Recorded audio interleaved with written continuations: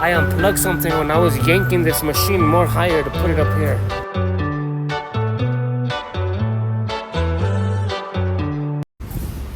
So I called the interlock place, you guys.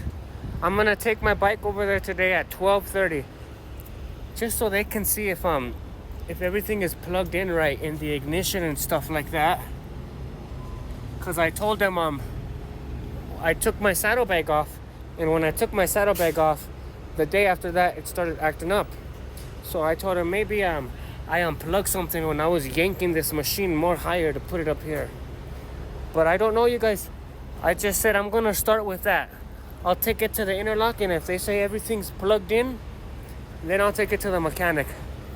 And then they're gonna tell me it's a relay switch, my solenoid, or possibly the starter. I hope it's not the starter.